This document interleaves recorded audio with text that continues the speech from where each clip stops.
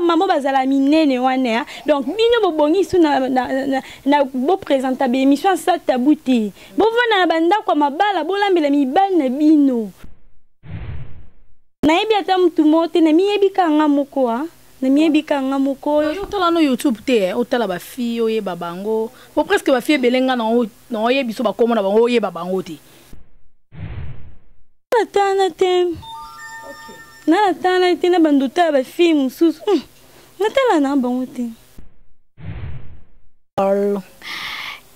Hello everyone, je suis là, Vetima Sengou, la journaliste internationale. Je suis là pour vous servir. Ladies and gentlemen, merci beaucoup, bon week-end à tout le monde et très heureuse de vous présenter cette émission. Merci beaucoup de m'avoir reçu chez vous sans permission, ni frapper la porte, ni vous demander la permission. Hein. Je suis là pour le compte de cette émission. Merci en tout cas, c'est très gentil de votre part. Merci beaucoup déjà. Coucou à la joie Amado Pichouna, l'hymne national. Hein, mon thème à papa aimé, balobi, oh, Livala.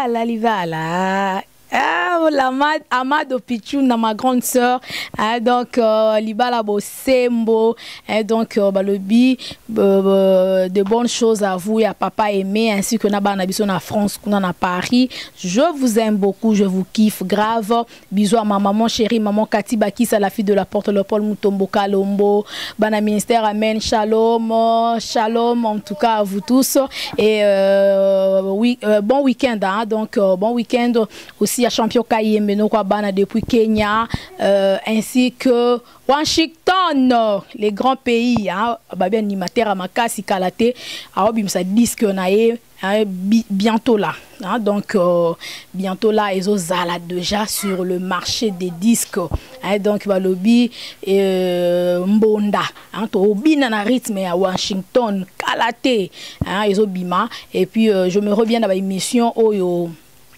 Non, ça là prochainement au Hollanda, hein, juste spot publicitaire nae. Donc voilà, merci beaucoup déjà à l'ingénieur Daf Moubama, bisous à Champion Kayembe, Bendicap, bisous aussi à Staïdi Benecha, hein, donc moi la mère, en tout cas bisous aussi à ma fille Joyce Davline, Kenaya Kapangala.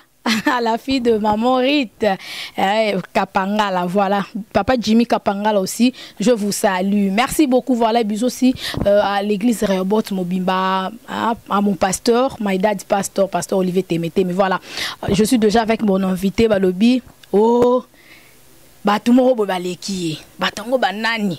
Nous allons savoir dans cette émission. Blanche la correction, balabi ou pepasika, maya sika auto fouli na mondo babi yende mutakanye internet sama solo ya ba sans tabou.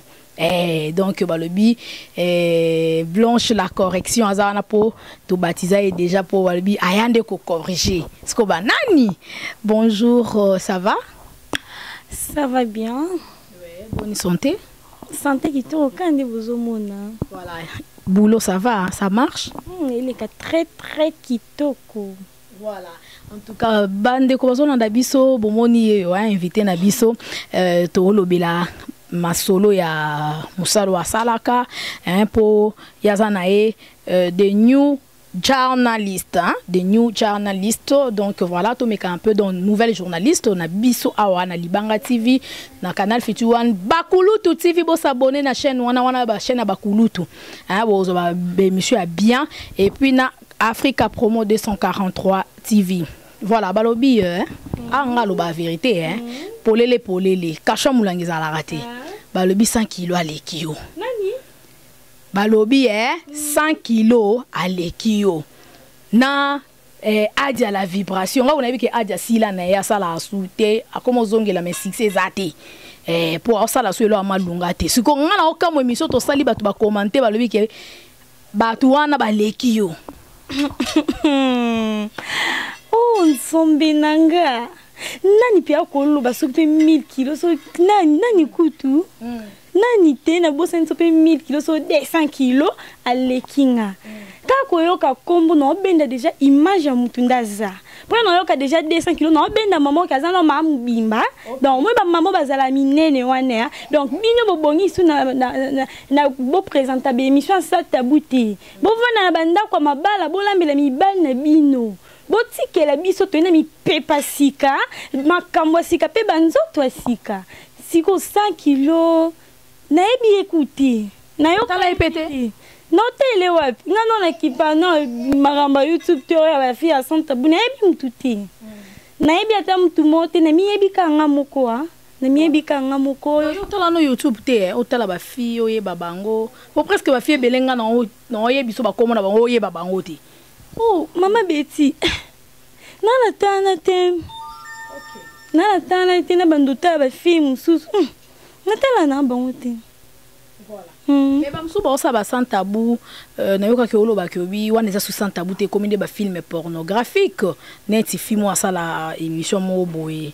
Elle s'appelle qui comme le banina ba ça so ki samedi so ki samedi so ba comme mo boye. Alors ça la pornographique pour y aller dans les journalistes était pas ou t'es au kangaé to yoka ki ngo biso nyonso abi kaza na actrice y a actrice pornographique hein? Donc actrice pornographique voilà à ça là on est ba film pornographique. Bon on a n'habité hein parce que Natala vraiment na qui pas ba émission ba sans tabou anati Natala ngoti n'habité mais lo nga no lo bakake na yo mutu o comparanga sona ba 100 kilos sona ba nana ebi bangote hein otika tika so moni ke no o commenter te tika na yo to zala pe na posa commentaire na yo te yo comparer nga na ndeni nga na incomparable nga na zanga bango baza bango nga na osama comme na ndenge na nga na tricher mutu te ezate ke no bando comparer nga na mutu moboye soki pe na nsupe na ndeni ko sala ngo sute ko papa so moni ko comparer non c'est mieux que tu otika na yo ko tala no ka émission so ko tala te na ebité na place que non ozwa o commenter o comparer nga je suis ouais mon osiliki olinga bongote pour le babon émission là ote osiliki olinga bongote kapela tuni yote non maman Betty masengu na siliki na ngate nga la souriante na sekaka po nazala na kanda mutute donc makambo na ba loba et siliki sina ngate mais na lingande ka ba comparer nga na mutute po nga na ebi bango te na tsa bango pekati. Voilà. En tout cas, merci beaucoup Blanche. Toi en vouloir y était un point de vue naie hein. Abi que aebine bangote, atara bango pekate donc boti ko comparer on a ba adia o so ina ba 1000 kilos so ba 3000 kilos so ba 2000 kilos et boti ko comparer. Mais siko o ebi que ndolo biango awa et belé kale yo ye même na ba émission mususu non sentir moi. Et ça les changer mon que c'est comme si pe belé bazo tricher yo hein et ça les na éviter so ne lobeli est-ce que yo force à katonde bon nga eza na ndenge na nga na botama na nga kaboye na kola na nga kaboye na force à eloti na force à nature te na force à nga pelote ezate que non pour que ezate que non ko forcer le comment le ko forcer et simbate e banaka que non muto azo imiter mutu mobwe parce que nga tala bino te na Hollande bino ndeni natala na be émission na binoté donc nga sala na ga ma Betty masengo ebisinga sala boy ale na tseba kinga na tie na sali sko bino natala binoté sko boy pisanga natala binoté na ko na donc bino ndeni po na ebi binoté na yoka binoté nini te oh ba 1000 kilos yo kutu 1000 kilos ndozana yo za mama mo ya mukolo na mona na nga oteme kande no yo kana kombo na yo c'est que wana mama mo ko mukolo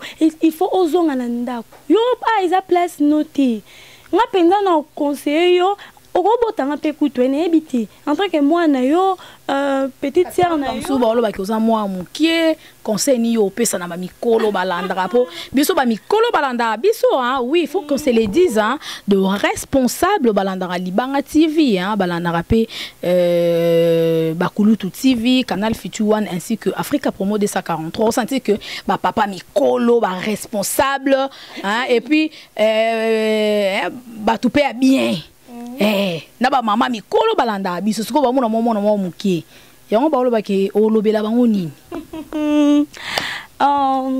mpona bapapa oyo ya mikolo batonton wana oyo bolanda ngai balobi mwa moke abeta mbunda mpe mikolo basala nini babinaka eza te ke no botali naza mpe mwa moke te nakoki déjà adulte majeur. Donc, naleki déjà 20 ans, c'est que na koki déjà naza moi mkete. Bon, peut-être que école lié ma bêtise, mais naza na moi mkete. Pour moi ça mkia zalate hein. Pour ça na kute nous na tonton wana na nzela hôtel misangai. Siko. C'est que naza moi déjà oui ba de mibali. Oh, maman bêtise. C'est oui, ça vérité. Déjà c'est koyeba na de mibali yango wana. Donc voilà. Comprenez, hein? Comprenez son émotion. Voilà, c'est l'ambiance. Hein? C'est l'ambiance. Ah bon? Oh, c'est bien, hein? Voilà. C'est bien comme ça. Blanche, la correction, a bien dans les mots, c'est quand même mon camamibalité. Hein? Donc, il a conseillé à payer sa cam. Donc, dans le sens que peut-être à cause d'un âge à par rapport à Bandeko Bolandarabiso, mais à ça déjà majeur, à ça adulte, voilà. À déjà le bien et le mal. Alors, voilà. Mais, et ça, Batumususu, Blanche de Bossala Moussa na binoana surtout nioza motoye sika ba réalité c'est belé na musala oyo peut-être non kutu yo koksi une année mais on a déjà na quelques mois awa na Libanga TV et puis na Africa Promo na Bakulutu TV na Canal Fituan mais tant ozo kutana déjà na ba réalité oyo zo mona o non lo kembi na ngote mais déjà et ça lo kobangati oh kobanga non bangi l'autre parce que naza bien formé pour maman Betty Masengu avant na banda maman Betty atal senga déjà makambu tout na yebi nanga ngo déjà oh escroc oh nini bo considérable so pende ni bino mo boyebi oh ya lo connaître que no osanga ba aventure mon boy zéro parce que maman Betty Masengu déjà ayebisa nenga tout ba réalité ya mondo na koti ayebisa ngo déjà avant donc surprise ezati. Voilà. En tout cas. Mais nandenge oye pokuti ba grande sœur hein otokoloba bazala pe na Libanga TV ba musu pe ba longwa mais musu pe baza otala bon mo etale na ba on peut otala no YouTube te mais oyanga na la kiso quand même ba émission ba journaliste bazalaka awa na Libanga TV na kotangelo ba kombo net ba gusta la rosa ya zali na toujours mais en déplacement na PC ba bon séjour place azakuna na Mwanda bientôt zoya nae pour na ba fan nae donc ACP Sabino ndega ezala rapport ya za vraiment moi na parler et donc voilà ba Gisèle moi na mushwa moi na muyanzi moi na mushwa il ndeyeyo ba leka bazala mo ebele na ba musu ba kenda donc ba kenda na babima na porte te babima na fenêtre yango carrière ekufa bango mais ba o bazala na bango baza ba o ba kenda na ndenga porte ba kenda osala musala na bango très bien voilà. Au juge bango comment et ça les na bango bon na évité maman Betty mais le quoi baza ba autozana bango même entreprise basala na bango bien mais le quoi ngaité l'équipe bangoka oui l'équipe bango nyonso oh maman Betty erio pesi na gusta la rosa pesi nga ba Gisèle pesi nga la correction oh lukangambo mais comment on a na pesi oui la correction mais o bangango te 1 kilo trop kombo wana oh maman Betty erio moni mutu otali oza mukolo no otali mutu o etili obi mu pepo il faut voir la correction et ça que yo moni que no façon na nga makam na nga tout obi que non vraiment aende ko corriger bango o pesa que on pambate ba kompreza ke belo pone ka la correction pour ani parce que mon que non il est vraiment avec ko corriger ba gusta ba Gisèle moi na muyanzi oyeba kina ba wana mususu wane ba chaîne mususu na bibinote o mona que Sarah Bilengi basé le côté pananga yes malanga yobike makamboyo Blanche la correction la souriante azoluka aussi sans parce que minene makasi voilà merci beaucoup bon to tikela hein to respecter époque nae to respecter chance nae pour mutu na mutu azana époque na azana chance nae azana étoile nae ce que étoile nayo engengi muta kokangango azati donc voilà merci beaucoup ayepe na bangenge nae mupepa sika maya sika voilà mais oyebike mutu moko ayebisinga Monana za bien za kitoko loba bien mais nga pena lina kana bala Mama Betty Masengu na ebite yo ndo za coach plus que ibenge olobini ngabi nga beta kopa mabala te donc nga beta kopa mabala te donc soko sepeli na muntu o journaliste chaîne na biso numéro neza obenge bo sololi donc nga nazaka wana pona ba conseil wana yo sala bien so que ça relation moko vraiment ya ndenge ya bien mais so na ndenge mabe wana vraiment sorry alors olobini pona muntu azo déranger pona nga Maman bien. Mais vous appel. Bien sûr, nous avons appel. Mais il y a des gens qui ont un numéro na bino. Or, na ba chaîne musu batara ba numéro ya ba journaliste oté. Voilà. Ya ba journaliste ba sans tabou, il faut bien to préciser. Pour la mutuana yenda zana yemoko numéro na ngeza. So ki amoni keno asepeli nanga, osani, on numéro nanga. Ce que ça relation moko oiza sérieux wana nde peut-être mais ce que ça na oka ba aventure mo weka ba aventurier kaka zo loba juste pas c'est petit ça monoko em ça na posa sola na mabeti ce ko amoni loko bando soliciter tetika banano na kombo na ngai so eza bon vraiment mais naza moi aussi hein na bi ke suka na kotaka na ndoko bala mais voilà. En tout cas, Namoumbalo est sérieux, hein? Donc c'est bien dit.